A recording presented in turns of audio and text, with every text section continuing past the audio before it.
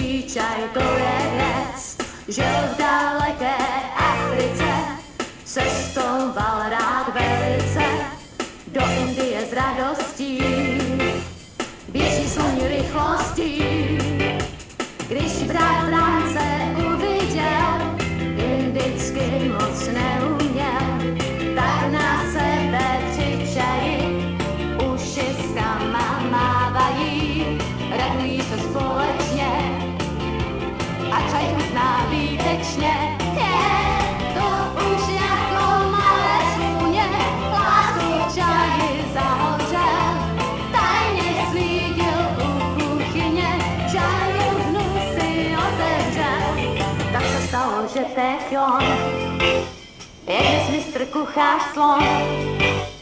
Tak se stalo, že teď on je dnes mistr kuchař slon.